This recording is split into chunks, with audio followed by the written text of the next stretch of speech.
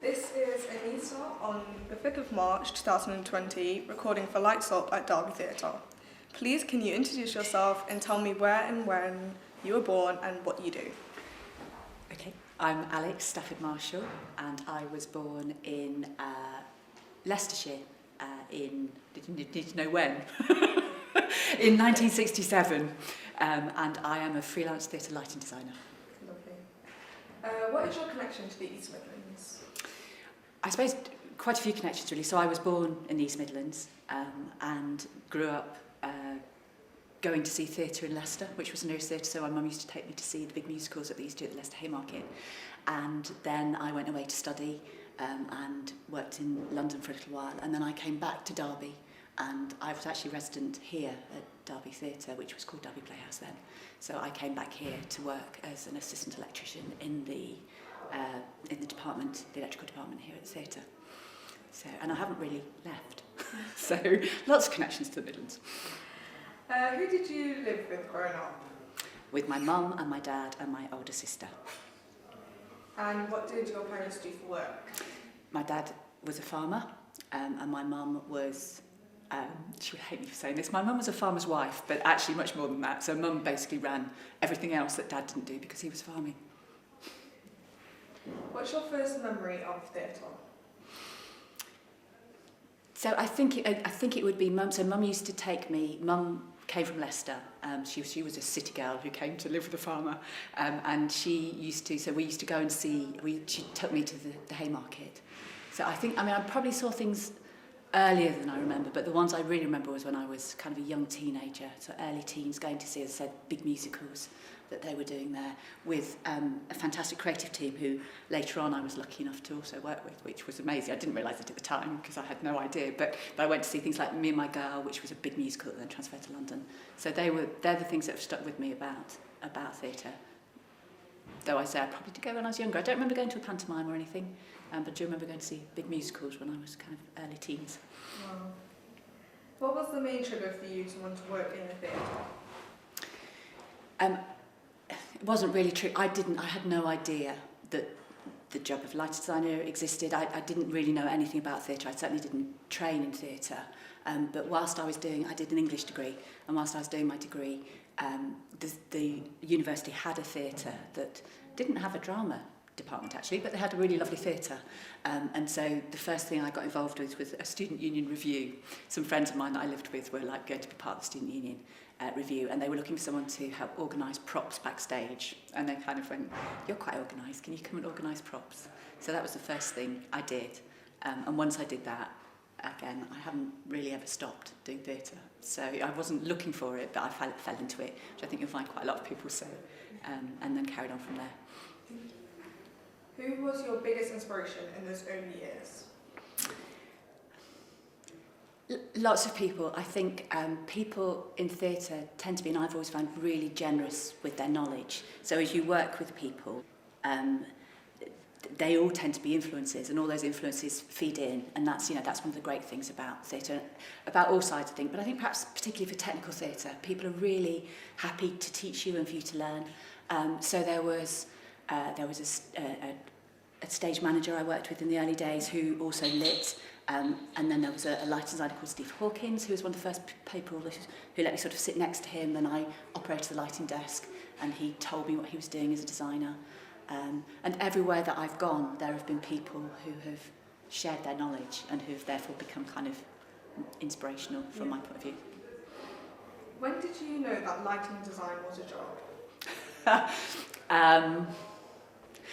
I suppose in those early days when I used to go to theatre, I suppose if I read the programmes, I would have realised there was a lighting design accredited, although on a lot of smaller shows, they weren't often accredited. It's quite a new, although performances have been lit for a long time, since the 15th, 16th century with, oil lamps and very basic things, but the role of a lighting designer is relatively new.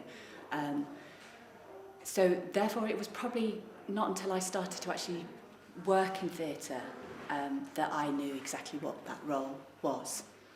What's your own personal journey into this industry? So I've already mentioned a little bit. So I started, when I was doing my degree, started volunteering, started working backstage. And I found once you start, again, it's a network. so you tend to then be offered more work. So I started in Cambridge, where I was studying, and then I did casual work. So again, you're just asked in on sort of specific things. So I did casual work for the local theatre, I did casual work for the local rock and roll venue, so I used to do some rock and roll roadieing as well, and work for the college theatre. They took me on a kind of more regular basis. So I did that for a couple of years, and then I went to London and I worked as a technician again in contemporary dance for a while. So at Laban, which is a contemporary dance college, and then going out on tour with some of the small contemporary dance companies. And then I was offered the job here at Derby Playhouse as assistant electrician. And I stayed here as assistant electrician, deputy electrician, and then head of lighting here. So I was here for 12 years until my children were born. And then I went freelance. Seemed a sensible thing to do at the time, 2 young children. So then as freelance, but so I come from the beginning, I was a technician, and then I started combining designing in with being a technician. So I've always come from the technical side of it, and now do mainly freelance, mainly design work as a freelancer. That sounds really interesting. Can you tell me about any training that you took part in? So I didn't do any formal training. I always say that I did like the apprenticeship route. So I learned on the job. I learned to design whilst I was working as a technician, by working with other designers and watching what other designers did. It would be lovely. I'd go back and do. I'd go back and do qualifications now. It would be lovely to have the sort of space to learn. But again, when I started, which is a long time ago, so it's over 30 years ago, there actually weren't the number of courses there are now, especially not on the technical side of it. You could train to be a stage manager, but there was no specialist courses that let you train to be a lighting designer, which there now are some fantastic courses. So even if I'd known I wanted to do it, that it wasn't really an option. You could train as a stage manager and perhaps specialise in lighting, but there weren't specific lighting design courses. So that's something that's changed massively over the last 25 years. Out of all the roles in the theatre, what was it about lighting design that drew you to wanting to work in this section of the theatre? I suppose initially, perhaps, I'm not sure I did know. I think initially I fell into it a little. But once I started to do it, it's a visual, it's the visual art in terms of the sort of the design criteria, along with set and costume design. And I think again, it was because I was working with lighting equipment, I found I enjoyed the technical side of it. I enjoyed working out what the different lanterns do, how you can use them. And then in terms of, it's because lighting design is basically painting pictures with light, and I can't draw and I can't paint. So once I found that you could use lighting equipment to be creative in that way, to paint pictures and to sculpt people and to create atmosphere, then I was pretty hooked. I also, in terms of practicality, I found I got employed more. I got employed more as a casual to work on the lighting crews than I did to work on the set crews. I think partly because there's attention to detail, and once you express an interest and you show you're willing to learn, then you get called back more. I think there's also a fact that with a lot of the set get-ins, they're big and they're heavy, so they tended to perhaps think that I might not be as useful in those departments as I was on the electrics department. So in the beginning, I think I got filtered a little bit, but then actually I discovered it was what I loved doing anyway. What exactly does a lighting designer do for those who just don't know, such as myself? What is the job description?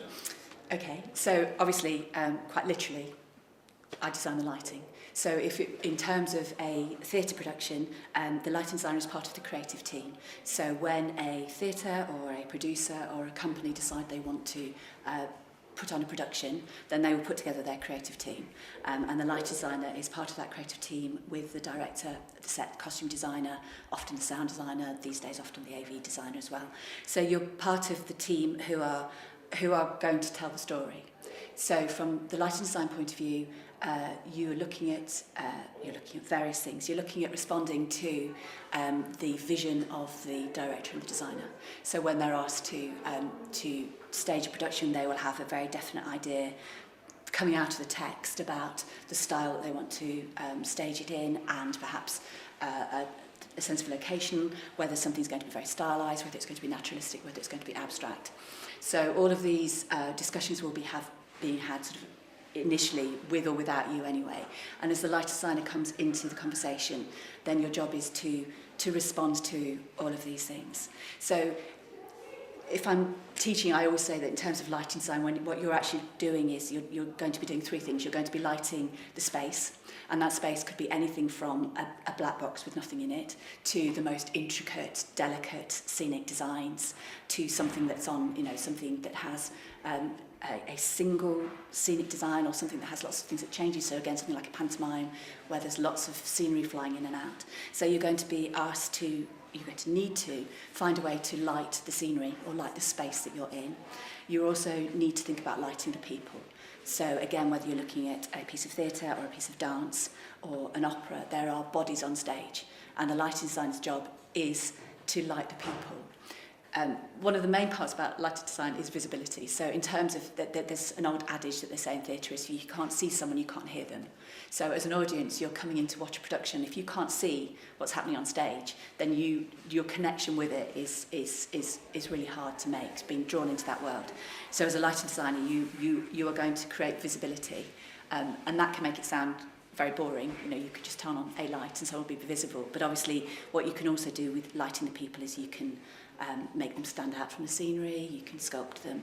So you're lighting a space, you're lighting people, and then you're responding to the text or the piece of performance. So you're using lighting to create atmosphere, you're using colour, you're using direction to tell a story.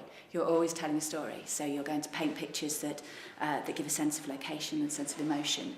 So you're going to be doing those three things.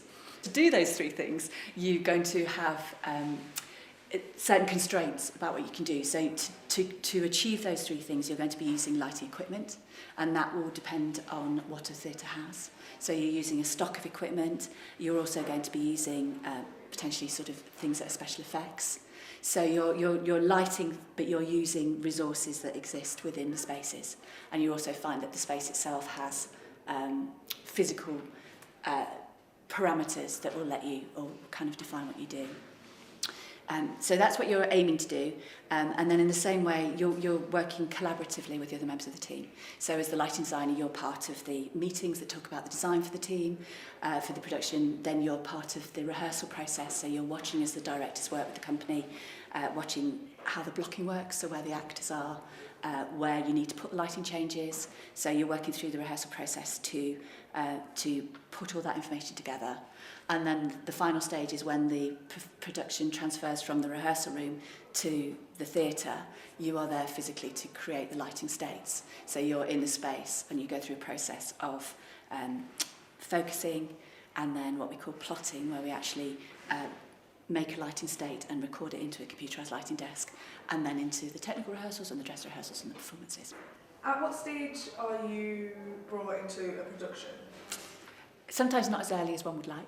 So ideally, you want to be brought into a production as soon as the directors and the designers start to have discussions, because at that point there are things that hopefully you can perhaps give a view on.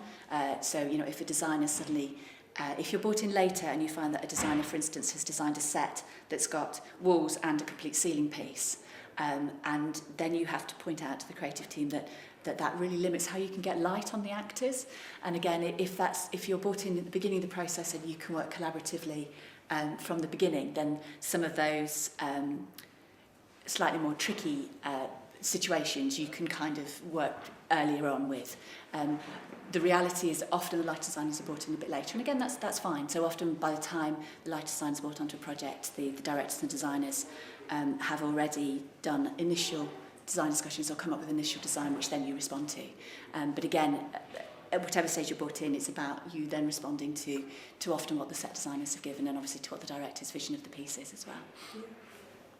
When did you first recognise that you were pretty good at this job? Well, I'm not sure you ever say that you're pretty good, at the job. People are very kind, and if they like your work, the biggest endorsement is if somebody asks you back. So that would be, I suppose, what you can perhaps take. If people like your work and they ask to work with you again, that is the nicest thing about it, yes. What sort of genre do you most enjoy to design for? I like straight drama. I mean, storytelling. I love a story. I think stories are what captivate us, and I think good storytelling is central, should be central to to theatre. So I really like working on what they would call kind of straight plays. That are all about the storytelling, and it's then really nice if they're slightly stylised. So a production that perhaps has lots of, I suppose, because again that makes it more interesting from my point of view. If something's just set in one room and doesn't move, you're slightly limited to what you can do from a lighting point of view. But if you're working on a play, but it ranges, a novel adaptation or something that ranges through lots of different locations, then it's really lovely that you can work with that. I also do quite a lot of children's theatre, which I really love. It's really nice to work out, again, when you're introducing people to theatre, a children's first experience of theatre, be it a show that's designed for children, or again, pantomimes, which I've lit a lot of over the years, to make that first experience really magical. So and you can make it really bright and really colourful. I love to do sort of children's theatre shows as well. What drives you to do your job? I genuinely do love my job. I think it's a privilege to be able to do the work that we all do. It's a privilege to be able to work in theatre. It's not always easy work. The hours are long and the pay's rubbish. But to do something that is creative and that you love to do, is really important. So I think I get really excited as soon as somebody offers me a new project, or as soon as I'm given a new script or something to read. I genuinely get excited, and you start visualising things straight away, and you have to kind of pull back a bit. So I think that's what, and the people, genuinely, most people who work in theatre are lovely people. So to get to sit in a room and create something with a bunch of lovely people, again, not many people are lucky enough to do that as their job. So it's a privilege. Yeah. What are your top 3 tips for lighting a show? Wow, okay. There are lots of tips. I've been really lucky to again work with amazing lighting designers. When I was a technician, so again when I was working here as an assistant and a deputy, you would sit next to lighting designers whilst they created their work. So there was a lighting designer called Chris Ellis who used to light big musicals here for the artistic director then, Mark Clements, and I would programme the lighting desk for Chris and watch him work. And there's things that he would say which I've always kind of carried with me. So he would say, try and work in broad strokes. Lighting design is always, in theatre, we never have two things that there's never enough of. There's never enough time and there's never enough money. And lighting design particularly, because you can only actually realise your work when you're in the theatre space, and you are given a lighting session and then the tech sessions, and that's the amount of time that you have to try and create the whole show. Sometimes you get really bogged down in the detail. You've painted a picture and you're like, yeah, but that angle's not quite right, or that's a bit bright. And Chris used to say broad strokes, work in broad strokes, and then you can go back and tweak and finalise it. So broad strokes is a good tip. So start with a bigger picture to get it there, and then whilst other people are working on other things, you can tweak and you can hone and you can refine. Another of Chris's, which I think I've carried with me, is leave yourself somewhere to go.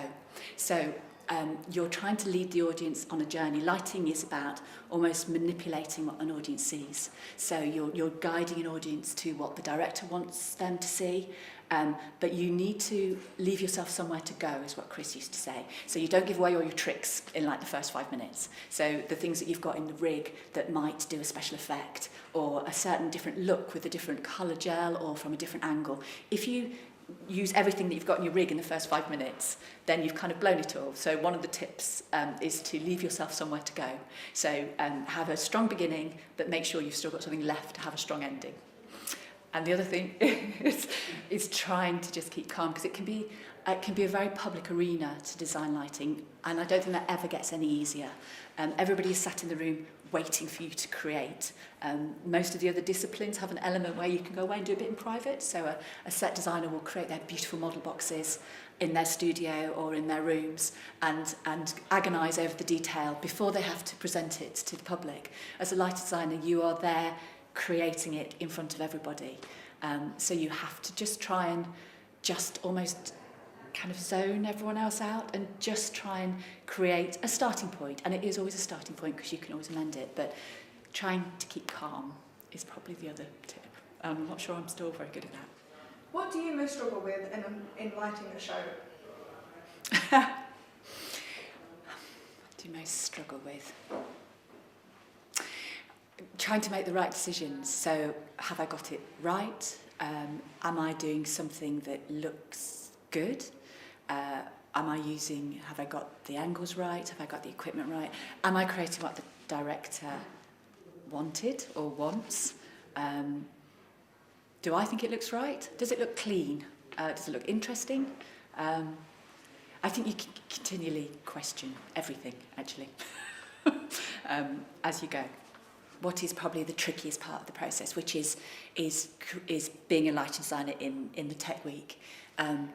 So in terms of being able to filter information, try and realise everybody else's vision, but try and do that within technical challenges, technical parameters, within the constraints of time, and they're definitely the hardest things. Lighting, all the elements, but lighting is very dependent on technology, and technology goes wrong. So quite often, some of your precious time is drifted away because something's not working or something is broken. So all of those kind of technical challenges make the job quite difficult sometimes because you have this limited amount of time, and also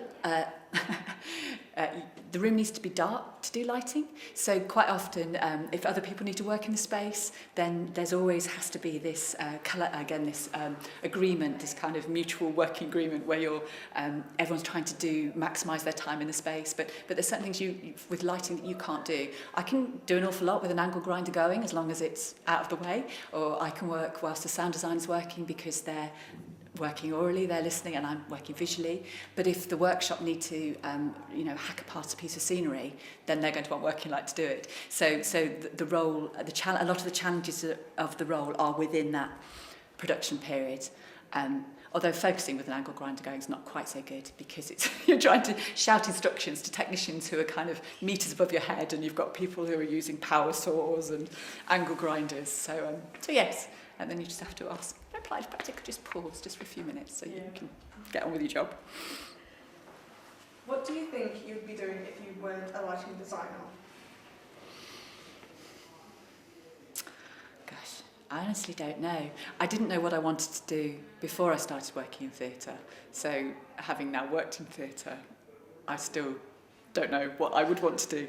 I suppose in reality I'd like to stay within the arts. So if I wasn't a light designer, and there might be sort of other areas within the arts that I could stay in, or I could give it all up and become a landscape gardener or something. I know a lot of people that worked in theatre that now work outdoors. I think it's something to do with being kept in a black box for years on end that you suddenly go, right, I'm going to do something that exposes me to the elements. But I don't think I'd be very good at that either. I don't like the cold.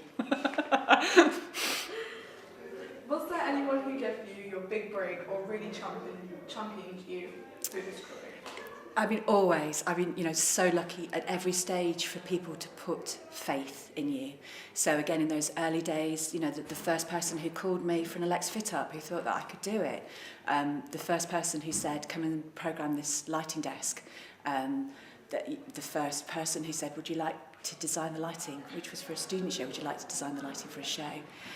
So all of those people, I think, especially when I arrived here, Derby was producing an awful, as they produce now, but they were producing an awful lot of shows every year. So they would produce 9 or 10 shows, and within this building, the shows were created from scratch within this building. So the scenic workshop was on site in this building. There was a wardrobe department, there was a props department, and the Derby Playhouse productions were completely in-house productions, often with some of the creatives brought in.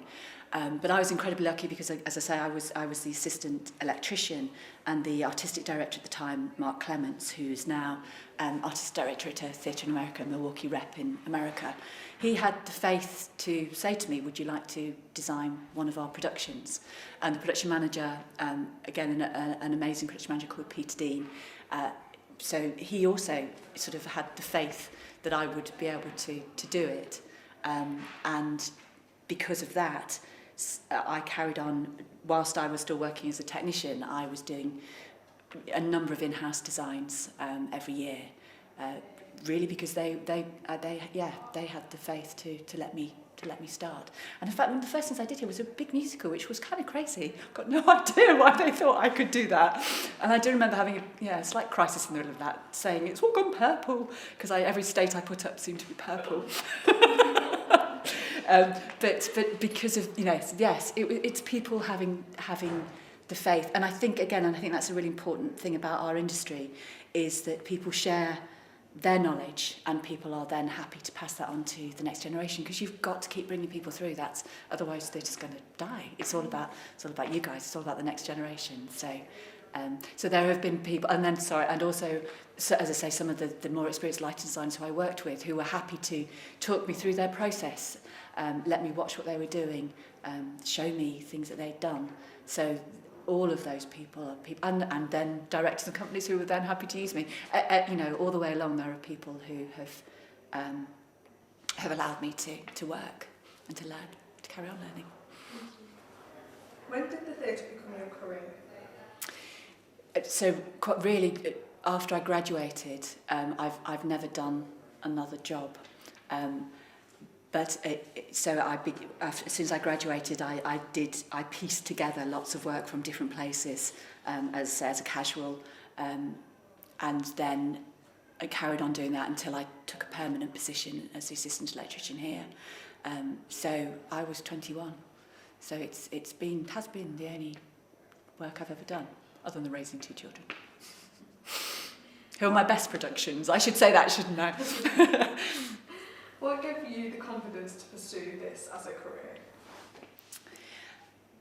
I didn't ever pursue it with great confidence. I was just lucky enough to keep being offered work. I still always waited to be caught out, always waiting for someone to say, how are you qualified to be doing this? Why are you doing it? I think that's something that you always... that's always with you. You can always doubt whether you're actually good enough to do it. But the proof has to be in the pudding. So if you can work and do something that then people ask you to do more of, that's what gives you the confidence that somebody thinks that your work is good enough for you to work again. What's been your biggest setback in your career?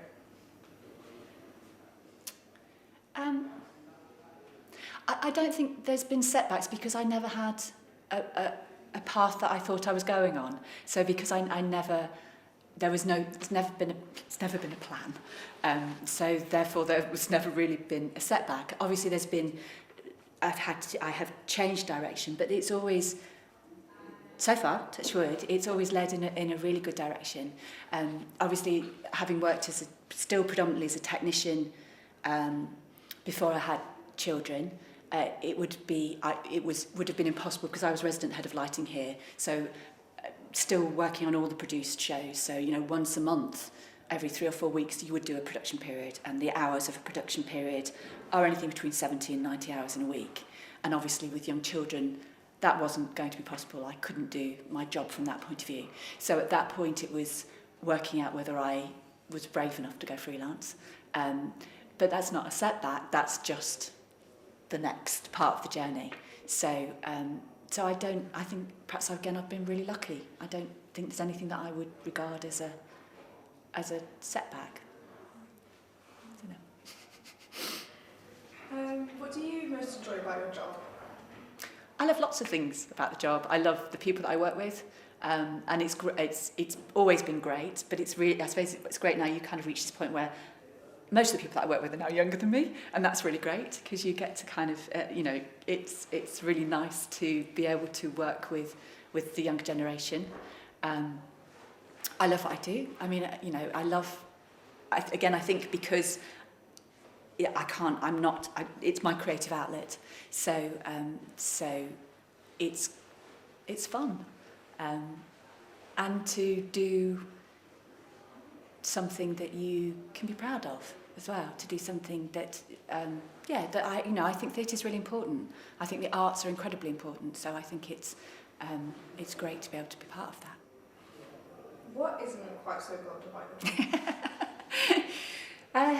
The hours are not great. So again, quite a lot of the work I can do at home. So the creating the lighting plans, the technical drawings that I do, that my designs are based on, you can do at home. But obviously the time that you spend in the theatre is very intensive, and the hours are very long.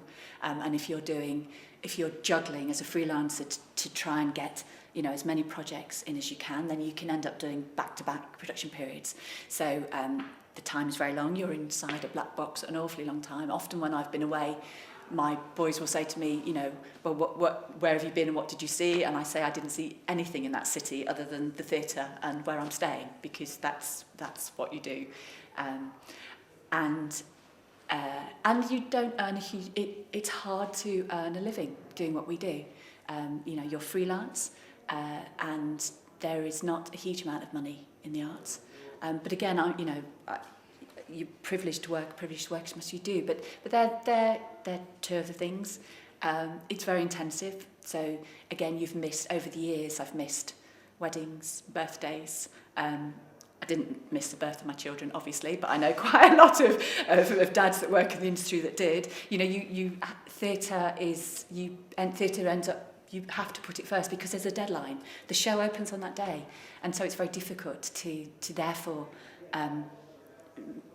work around it. There isn't a flexibility. So sometimes that can be tough, but probably tougher for your loved ones than it is for you, because that's what you do.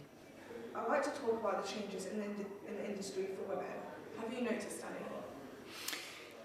Yeah, I think from a technical theatre point of view, obviously when I first started out 30 years ago, there were a lot less women doing technical theatre, and certainly doing lighting design and sound design and AV design.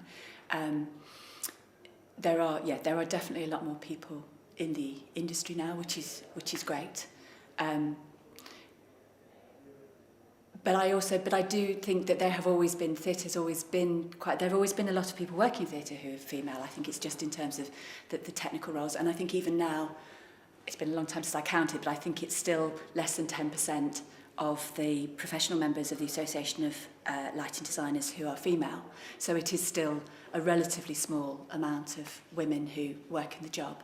But having said that, there are some incredible role models. Some of the best light designers in the country are female. Pauline Constable, who lit Warhorse and The Curious Incident. Emma, who lights for Wayne McGregor. There are huge female role models, which I think is amazing. And when I was working here, when I was head of lighting here, there was also a female head of lighting at Nottingham. There was a female head of lighting at Stoke, who is still there, and she's also the resident lighting designer, an amazing lighting designer. So there have always been, and there are women that work in the industry, but there are certainly more now than there were. When I first started out, I was often the only woman on the crew. What are your thoughts on opportunities for women in technical theatre roles? There's absolutely no reason why women can't work in any of the technical theatre roles. Absolutely no reason. Again, there are really good courses, so you can learn, but you can still also learn the way I learned, by doing it, by going to your local theatre or your local drama group, getting involved at kind of a grassroots level and learning as you go, because you never finish learning, and also because technology is changing so quickly now that everybody is having to learn new things, and a lot of it which we can then pull back into and use really creatively in theatre. But I think often I don't know if it's a confidence issue, but there are no roles in theatre that women cannot do as well as the men. Love it. What are the advantages of being a woman in your role?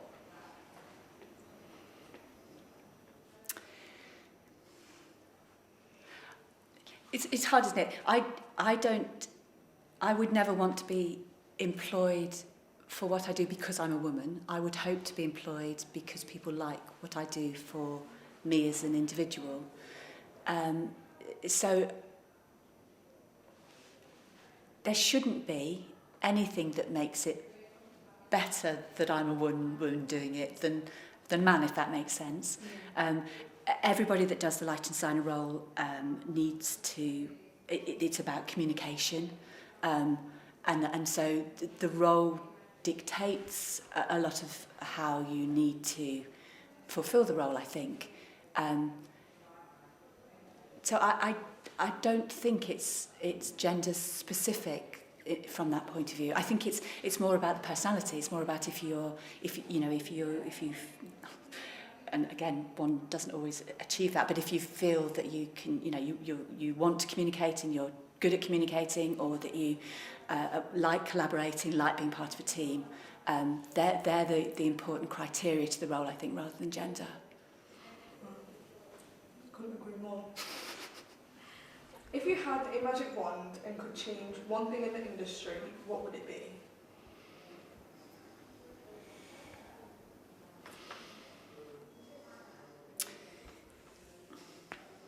I think it would be to allow people to create work, sometimes with money would help. So for people to be able to create the work they want to create, companies, be that work that's more accessible or work that's on a bigger scale, without the constraints of funding. So I suppose it goes back to the two things that there's never enough of in theatre, money and time. So I suppose if we had more money and more time, then there would be a freedom to create whatever, wherever, whenever, for everyone. And that would be lovely. I have to say, I'm really passionate about regional theatre. It's really important that theatre reflects an area, and so much of the resources in the arts goes into London, which is amazing. We have a fantastic theatre sector. But it's really important that some of that the creativity that exists across the country is recognised as well. And I've worked in this region, in regional theatre, for 30 years, and the work that's produced by local, at all levels, by local theatre makers is astonishing, and it would be lovely if that got more funding. Yeah. What's your greatest achievement? Other than my children.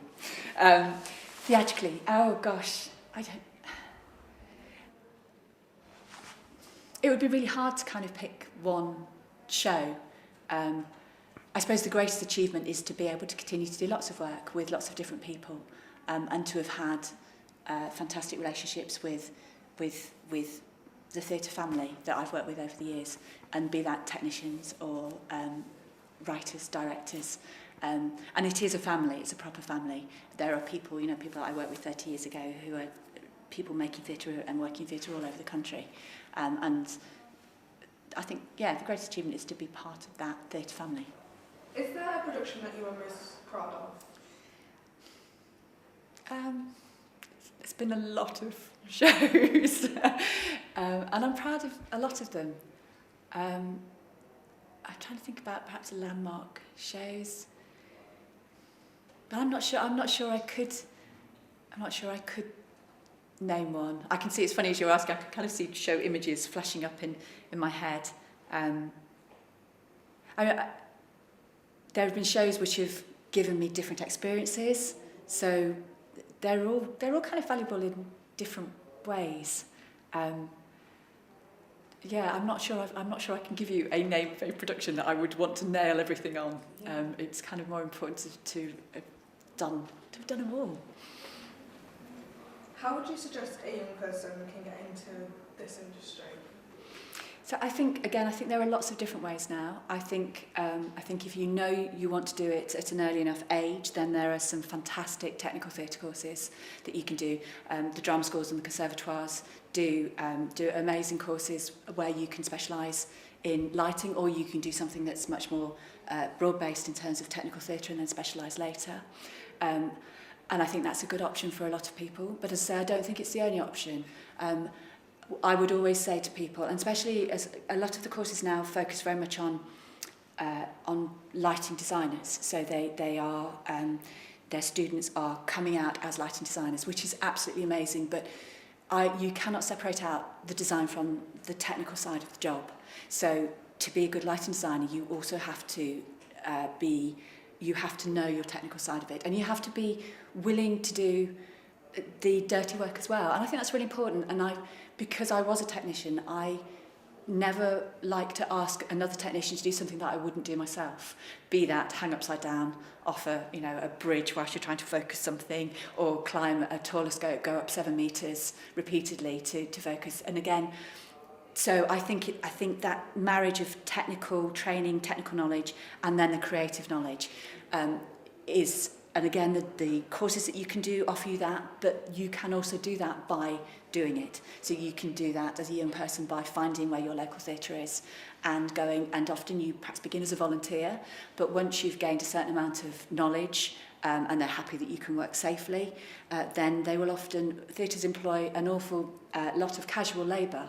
That's how the theatre can't afford to employ a huge amount of permanent technicians. So the staffing works on a pool of casual technicians who will come in for the production periods to fit the shows up or take the shows down, or to be there for during the production weeks. So you can gain experience.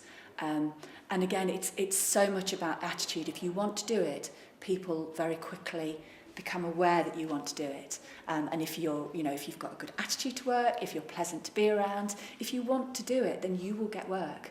And then the knowledge builds, because you never stop learning. I get things wrong all the time, and I learn things all the time, and that doesn't change. That always happens. So I think although the courses are brilliant, and I think that is still not the only way to do it. I think you can learn by doing it. What advice would you give your younger self?